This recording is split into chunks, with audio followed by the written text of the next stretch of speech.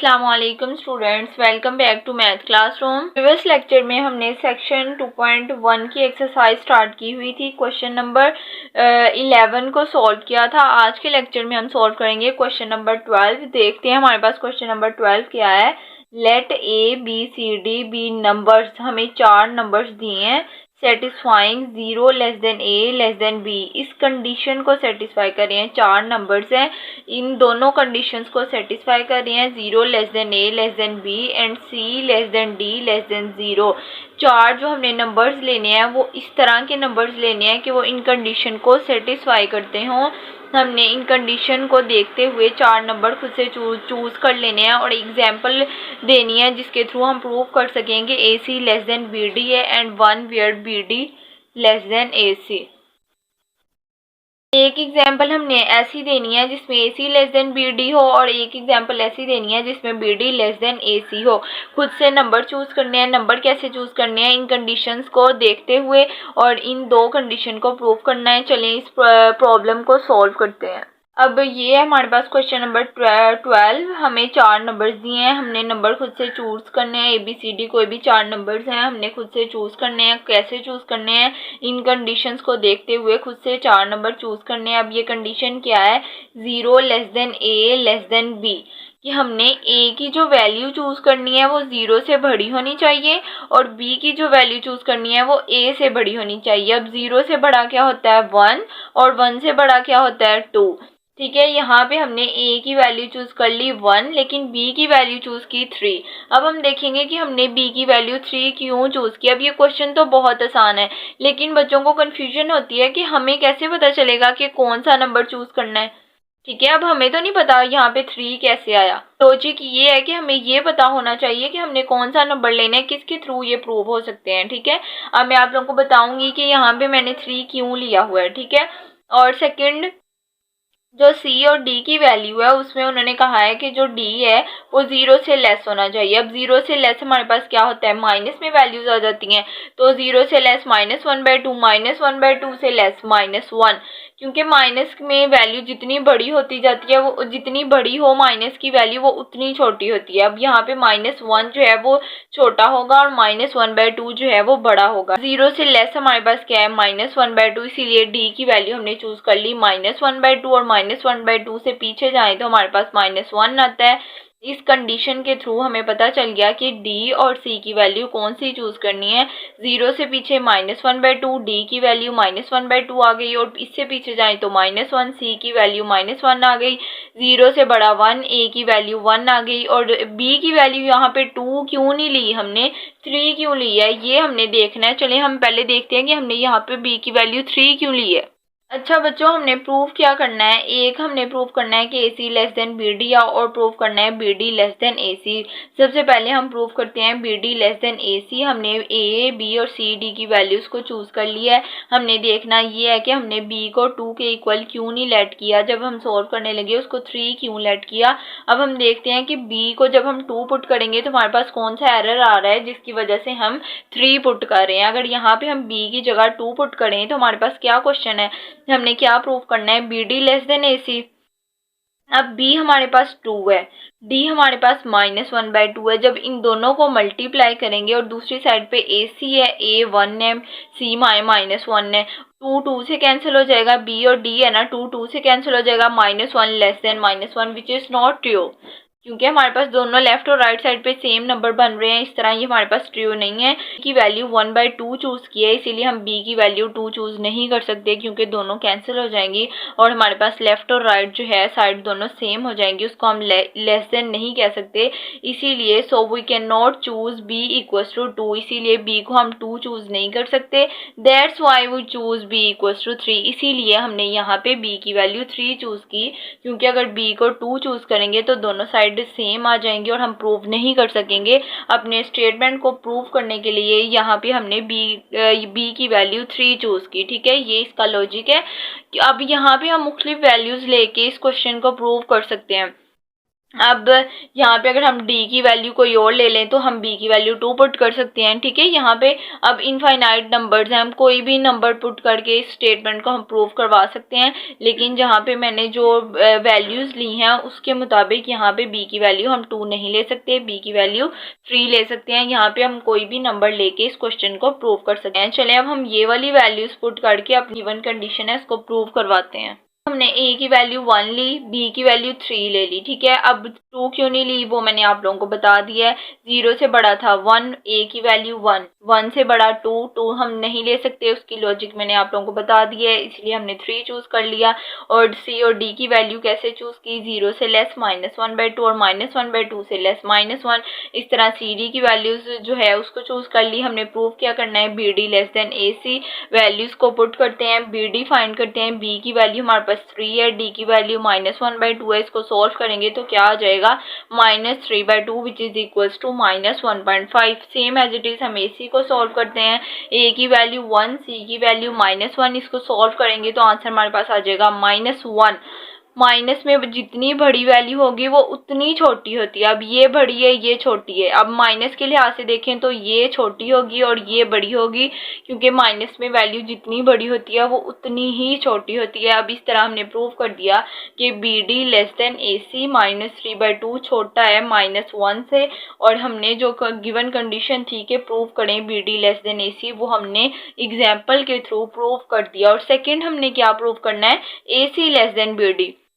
अब इन वैल्यूज़ को लेते हुए हम सेम ये कंडीशन नहीं प्रूव कर सकते, क्योंकि अगर हम यही वैल्यू लेंगे तो फिर यही प्रूव हो जाएगा। अब हमने इसको छोटा प्रूव करना है, यहाँ पे ये बड़ा था, अब यहाँ पे हमने छोटा प्रूव करना है, तो हमें वैल्यूज़ भी तो डिफरेंट लेनी पड़ेंगी ना। इसीलिए अब हमने इन्हीं कंडीशंस को फॉलो करते हुए ए C less than B D को प्रूव करना है, ए बी सी डी की डिफरेंट वैल्यूज़ चूज़ करनी है। और मैं यहाँ भी आप लोगों को बताऊँगी कि ये वैल्यू हमने किस तरह चूज़ की है।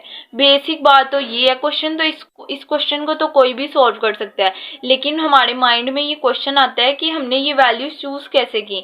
वो मैंने आप लोगों को इस स्टेटमेंट में बता दिया कैसे चूज किया। अब इसका सेकंड पार्ट जो है उसको सॉल्व करते हैं और मैं आप लोगों को बताती हूँ कि हमने वैल्यूज को कैसे चूज करना है। अब हमने प्रूव क्या करना है, हमने प्रूव करना है ए C less than B D. ये चीज़ हमने प्रूव करनी है। ये हमें कंडीशंस दी हुई हैं कि जो ए है वो 0 से बड़ा होना चाहिए। 0 से बड़ा हमारे पास क्या होता है 1, इसीलिए ए की वैल्यू चूज़ कर ली 1। और 1 से बड़ा क्या होता है 2, इसीलिए बी की वैल्यू चूज़ कर ली 2। यहाँ पे 2 नहीं चूज़ कर सकते थे, उसका लॉजिक मैंने आप लोगों को बता दिया, लेकिन यहाँ पे तो हम चूज़ कर सकते हैं, क्योंकि यहाँ पे हमने डी की वैल्यू 1/2 तो नहीं ली ना, इसीलिए यहाँ पे हमने 0 से बड़ा 1 था, ए की वैल्यू 1 चूज़ की, 1 से बड़ा 2 था, बी की वैल्यू 2 चूज़ कर ली। अब हम देखते हैं सी डी की वैल्यू। सी की वैल्यू अब हमने -3 चूज़ की, इसको मैं आप लोगों को बताती हूँ। और 0 से हमने लेस, 0 से पीछे जाए -1, इसीलिए डी की वैल्यू चूज़ कर ली -1, और -1 से पीछे जाए -2 आता है, ठीक है। अब मैं आप लोगों को बताती हूँ कि हमने -2 क्यों नहीं चूज़ किया। अब यहाँ पे तो हमें -2 चूज़ करना चाहिए था ना। अब यहाँ पे बच्चों एंड में ये भी क्वेश्चन आएगा कि हमने यहाँ पे d की वैल्यू -1 क्यों ली। यहाँ पे तो हमने कहा था कि 0 से पीछे जाए तो -1/2 होता है। अब यहाँ पे भी अगर मैं -1/2 ले लूँगी तो सेम वही कंडीशन आ जाएगी, इसीलिए यहाँ पे मैंने 0 से लेस जो है वो -1 चूज़ किया, और -1 और c की वैल्यू चूज़ की -3। -2 क्यों नहीं चूज़ की वो मैं आप लोगों को बताती हूँ। मैं यहाँ पे c की वैल्यू मैंने क्वेश्चन में चूज़ की -3, -2 क्यों नहीं चूज़ की, क्योंकि हमने प्रूव क्या करना है ए C less than B D. ये चीज़ प्रूव करनी है। a की वैल्यू 1, c की वैल्यू अगर हम -2 लें, b की वैल्यू 2, d की वैल्यू -1। आप लोगों ने ये चीज़ जहन में रखनी है कि किन दो चीज़ों को हम मल्टीप्लाई कर रहे हैं। पीछे हम बी डी को पहले मल्टीप्लाई कर रहे थे तो -1/2 दोनों कैंसिल हो रहे थे, दोनों साइड पे -1 बन रहा था, इसीलिए हमने 2 चूज़ नहीं किया। अब यहाँ पे ए सी को पहले देखना है, ठीक है। जब आप लोग ए सी को मल्टीप्लाई करोगे तो यहाँ पे -2 आ जाएगा, दूसरी साइड पे भी -2 आ जाएगा, और -2 वो लेस देन -2 ये कंडीशन सेटिस्फाई नहीं होती। So we can not choose c equals to -2, इसीलिए हम c को -2 नहीं चूज कर सकते। सकते, हम यहाँ पे सी को चूज करेंगे -3। अब यहाँ पे हमें वैल्यूज पता चल गई हैं कि ए को 1, बी को 2, सी को -3, डी को हमने क्या लिया -1। इन वैल्यूज को यूज करते हुए हम अपनी कंडीशन को प्रूव करते हैं। वैल्यूज मैंने आप लोगों को बता दिया है कि हमने कैसे चूज करनी है और कौन सी वैल्यू हमने नहीं लेनी, वो भी बता दिया है कि क्यों नहीं हमने वो वाली वैल्यूज ली। आप लोग इससे डिफरेंट वैल्यूज लेके 20 क्वेश्चन को प्रूव कर सकते हो। चलें अब हम इस कंडीशन को सेटिस्फाई करवाते हैं। अब हमने प्रूव क्या करवाना है, ए C less than B D. सबसे पहले ए सी फाइंड करते हैं, ए की वैल्यू 1, सी की वैल्यू -3, लेस देन बी की वैल्यू 2, डी की वैल्यू -1। इनको सॉल्व करते हैं तो -3 लेस देन -2, माइनस वाली वैल्यू जितनी बड़ी हो उतनी छोटी होती है। इसका मतलब है कि -3 हमारे पास लेस है और -2 ग्रेटर है। इस तरह हमने प्रूव कर दिया कि ए C less than B D.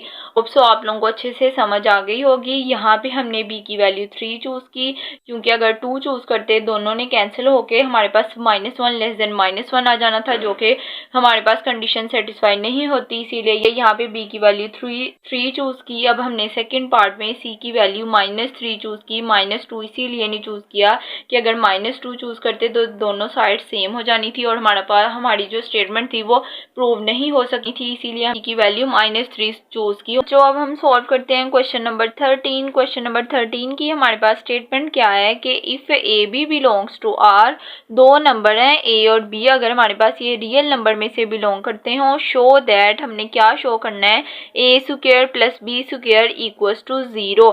हमने इसको 0 के इक्वल प्रूव करना है। If and only if A equals to 0, B equals to 0। अब इफ एंड ओनली इफ से मुराद ये है कि हमने एक दफा इसको लेट करके इसको प्रूव करना है।